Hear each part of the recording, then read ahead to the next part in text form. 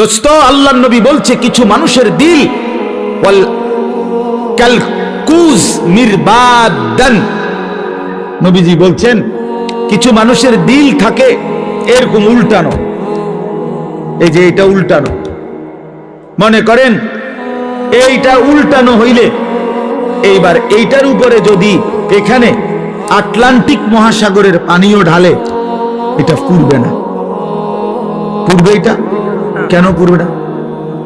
উল্টা উল্টা এটা রাসূলুল্লাহ সাল্লাল্লাহু আলাইহি ওয়াসাল্লাম বলেন কিছু নাফরমানের কলিজা উল্টানো থাকে, দিল উল্টানো থাকে, লা ইয়ারিফু মারুফান ওয়ালা ইউনকিরু মুনকারান, তখন আর সে কোনো ভালো বুঝে না কোনো মন্দও বুঝে না, কিছুই বোঝে না, কিছুই বোঝে না। উলাইকা কাল আনআম, আল্লাহ তাআলা বলে এই মানুষগুলোই হচ্ছে জানোয়ার, এরাই জানোয়ার, যাদের কাছে আলো অন্ধকারের কোনো পার্থক্য নাই, যাদের কাছে রাত দিনের কোনো পার্থক্য নাই, যাদের কাছে হালাল হারামের কোনো পার্থক্য নাই, যাদের কাছে পাক নাফাকের কোনো পার্থক্য নাই, যাদের কাছে জায়েজ না জায়েজের কোনো পার্থক্য নাই, হালাল টাকাও খায় সুদের টাকাও খায়, আপন মাকেও দেখে রাস্তার নারীকেও দেখে, আপন বোনকেও দেখে পরের বোনকেও দেখে, যার কাছে কোনো হালাল হারাম বলতে কিছুই নাই, শরীর নাফাক পেশাব পায়খানা করে পবিত্রতা অর্জনের কোনো দাঁড় দাঁড়ে না। তো আল্লাহর নবী সাল্লাল্লাহু আলাইহি সাল্লাম বলেন মূল কারণ এমন কেন? এই নাফরমানের কলজা উল্টানো, এই নাফরমানের দিল উল্টায় দিছে আল্লাহ। ইন্না কুলুবাল ইবাদ বাইনা ইসবাআইন মিন আসাবি'ir রহমান ইউকাল্লিবুহু কাইফা ইয়াশা, হাদিসের মধ্যে আছে আল্লাহর নবী সাল্লাল্লাহু আলাইহি সাল্লাম বলেন নিশ্চয়ই মানুষের দিল আল্লাহ পাকের কুদরতি এই দুই আঙ্গুলের মাঝে, আল্লাহর কুদরতি দুই আঙ্গুলের মাঝে তিনি যেভাবে ইচ্ছে এই দিল উলট পালট করতে পারেন। এই জন্য আমাদের নবী সাল্লাল্লাহু আলাইহি সাল্লাম ভাইয়া নবীজি 5 ওয়াক্ত নামাজের পরে একটা দোয়া করতেন, অনেকগুলো দোয়ার মধ্যে এটাও একটা দোয়া নবীজি নিয়মিত করতেন, ইয়া মুকাল্লিবাল কুলুব সাব্বিত কলবি আলা দীন, হে অন্তর সমূহের উলট পালটকারী আপনি আমার দিলটা আপনার দ্বীনের উপরে মজবুত রাখেন। সুখে থাকি দুঃখে থাকি আপনাকে যেন না ভুলি, রাতে থাকি দিনে থাকি আপনাকে যেন না ভুলি, একাকী থাকি প্রকাশ্যে থাকি আপনাকে যেন না ভুলি, সব প্রত্যাশা মতো পাই কিংবা না পাই মাওলা আপনারে যেন না ভুলি, আপনারে যেন না ভুলি, আপনারে যেন না ভুলি। আপনাকেই যদি হারিয়ে ফেলি তো মোমেনের আর থাকলো কি? আপনারই যদি পেয়ে যায় মোমেনের আর হারালো কি? হারালো কি? जो तू मेरा तो सब मेरा, যখন আল্লাহ আমার সবই আমার, अगर एक तू नहीं मेरा तो कोई शई नहीं मेरी, যখন আল্লাহ আমার নাই কিছুই আমার নাই। আমরা কিতাবে পড়ছি, বুজুর্গদের মুখে শুনছি, আমার ঢালকানগর হযরত কুতবে আলম আরিফ বিল্লাহ হযরত মাওলানা শাহ আব্দুল মতিন বিন হুসাইন দামাত বারাকাতুহুমুল আলিয়া, আমি হযরতের মুখেও বহু শুনছি। এই ভারতীয় উপমহাদেশে একজন বড় বুজুর্গ ছিলেন, সাইয়্যিদুত তাইফা হাজী ইমদাদুল্লাহ মুহাজিরে মক্কি রাহমাতুল্লাহ আলাইহি, জগৎ বিখ্যাত বুজুর্গ ছিলেন, আল্লাহর ওলি ছিলেন। তো উনি যখন মুনাজাত করতেন, আল্লাহর কাছে কিছু চাইতেন, তখন তিনি বলতেন তাই মাওলা আপনার কাছে দুনিয়ার কত মানুষ কত কিছু চায়, বাড়ি চায় গাড়ি চায়, কত প্রয়োজনের কথা আপনার কাছে বলে, আর আমি ইমদাদুল্লাহ আপনার কাছে আপনি আল্লাহকেই চাই, আমার আর কিচ্ছু লাগবে। कोई तुझसे कुछ और कोई कुछ मांगता है, मैं हूं तुझसे या रब तलबगारे तेरा, আল্লাহ কেউ এটা চায় কেউ ওটা চায়, আমি না আপনার কাছে আপনাকেই চাই, আপনার কাছে আপনাকেই চাই। আপনি আমার হয়ে গেলে আর বাকি থাকলো কি? আপনি আমার না হলে আমি আর পেলাম কি? والذين آمنوا أشد حبا لله রব্বুল আলামিন বলে যারা মুমিন তাদের সবচাইতে বেশি ভালোবাসা আল্লাহর জন্য। কার জন্য? ইয়া আইয়ুহাল্লাযীনা আমানু মান ইয়ারতাদ্দা মিনকুম আন দীনিহি ফাসাউফা ইয়াতিল্লাহু বিকওমিন ইউহিব্বুহুম ওয়া ইউহিব্বুনাহ। আল্লাহ বলেন, হে ঈমানদার মুমিন, মনে রেখো গোটা পৃথিবী যদি আমি আল্লাহর বিরোধিতা করে, আমি আল্লাহর দ্বীন থেকে যদি মুরতাদ হয়ে যায়, কোনো সমস্যা নাই, আমি তৎক্ষণাৎ নতুন জাতি নতুন মানুষ আবার তৈরি করব। জমিনে আমি এমন মানুষ সর্বদাই রাখবো, এমন একটা দল জমিনে আমার সব সময় থাকবে, ইউহিব্বুহুম ওয়া ইউহিব্বুনা, যারা আমাকে ভালোবাসবে, আমি আল্লাহ যাদেরকে ভালোবাসবো। ভালোবাসার এই আদান প্রদান আমি আল্লাহ জমিনে রাখবই রাখবো। জমিনে আমার বান্দা বলবে, আল্লাহ আমি আপনাকে ভালোবাসি, আর শাজিম থেকে আল্লাহ বলবে, বান্দা আমিও তোকে ভালোবাসি। हम यहां से तुम वहां से दोनों जानिब से इशारा हुआ। আমি এখান থেকে তিনি সেখান থেকে, দুই দিক থেকে ইশারা হয়েছে যে দুইজন দুইজনকে ভালোবাসে। বান্দা তার মালিককে ভালোবাসে, মালিক তার গোলামকে ভালোবাসে। প্রিয় ভাই, আল্লাহ পাকের এক ভালোবাসার, মায়ার, আল্লাহর হওয়ার, নিজেকে আল্লাহর জন্য, আখিরাতের জন্য, নিজের জীবন সুন্দর করার জন্য একটা শ্রেষ্ঠতম মাস আমাদের সামনে হাতছানি দিচ্ছে, আমাদের সামনে ছায়া বিস্তার করছে, গান শোনা যাচ্ছে, সেটাই মাহে রমজান।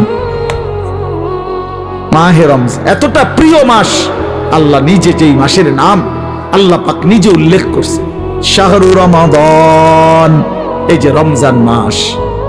আল্লাহ বলেন, এটা আমি বললাম শাহরু রমাদান। এই জন্য রমজান মাস, বছরে কয় মাস উচ্চারিত হয় এই শব্দটা কোনছে? এটাই একটা সহজ হিসাব, বুঝেন কিনা কোন? তো বুঝেন নাই কথাটা? এই শব্দ এটা কোরআন শরীফের শব্দ, শাহরু রমাদান, রমজান মাস। এটা উল্লেখ করছে কে? আল্লাহ। কোথায়? তো এইটা বছরে কয়বার উচ্চারিত হয়? একবার। 24 ঘন্টা উচ্চারিত, 24 ঘন্টা জমিনে এই শব্দ উচ্চারিত। কারণ আল্লাহর জমিনে 24 ঘন্টাই আল্লাহর কালামের তেলাওয়াত চলতেছে। পৃথিবীতে কোনো মুহূর্তেই আল্লাহর কালামের তেলাওয়াত বন্ধ হয় না। তাহলে এই শব্দ তো তেলাওয়াতের অংশ, এই শব্দ তো আয়াতের অংশ। সূরা বাকারা, কোরআনুল কারীমের দ্বিতীয় সূরার 185 নম্বর আয়াত, শাহরু রমাদান, রমজান মাস।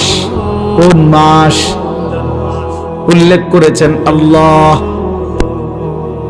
মাসের নাম রমজান। যিনি উল্লেখ করলেন তিনি রহমান, নাজিল করলেন কোরআন। গ্রহণ করবে যারা তারা মুসলমান। শাহরু রমাদান আল্লাযী উনজিলা ফীহিল কুরআন। আল্লাহ বলে, বান্দা শুনো, রমজান মাস চিনেছো কিনা বান্দা? সেটা সেই মাস যে মাসে আমি আল্লাহর কোরআন নাজিল করা হয়েছে। আল্লাহ বলেন, যেদিন কোরআন নাজিল হয়েছে সেই বরকতে রমজান দামি হয়েছে। কোরআন নাজিল হয়েছে সেই কারণে লাইলাতুল কদর দামি হয়েছে। প্রত্যেক বছরে সবে কদর কোরআন নাজিল হয় না, কিন্তু ওই এক রাতে কোরআন নাজিল হয়েছিল সবে কদর।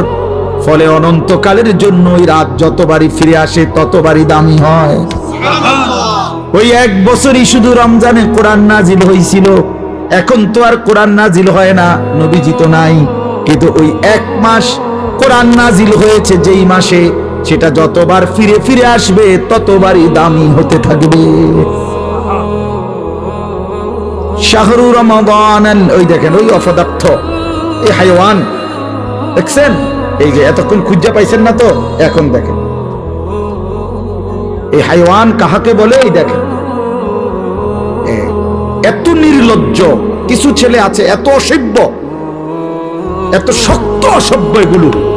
মানে তার কথা হলো, হুজুর তোমার বাপেও যদি বলে আমি মোবাইল ছাড়তাম না, তোর আব্বা যদি কয় হুজুর তোর বাপ কবরের থেকে আইয়া কইলো আমি শুনি, আমি আমার বাপের কথাই শুনি না, তোর কথা শুনবো কিতাম বেড়া হুজুর, তুই কেডা বেড়া?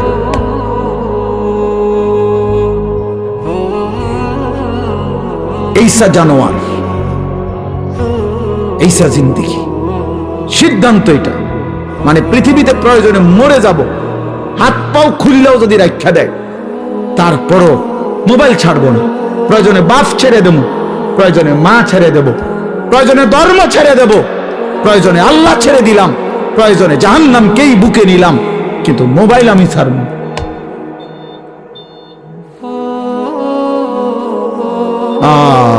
কলিজা যার পাথর, জিন্দেগি যার পাথর হয়ে গেছে, তাদের তারা এটা মানায়। আপনি নাহলে চিন্তা করেন না তার সাহসটা কত। এতগুলো মানুষ আমরা মনোযোগ দিয়ে শুনতেছি, সে এই অবস্থাতে কাইত হইয়া মোবাইলে টিপতেছে। হায় হায় অপদার্থ রে, আমি ছেড়ে দেওয়ার মানুষ না,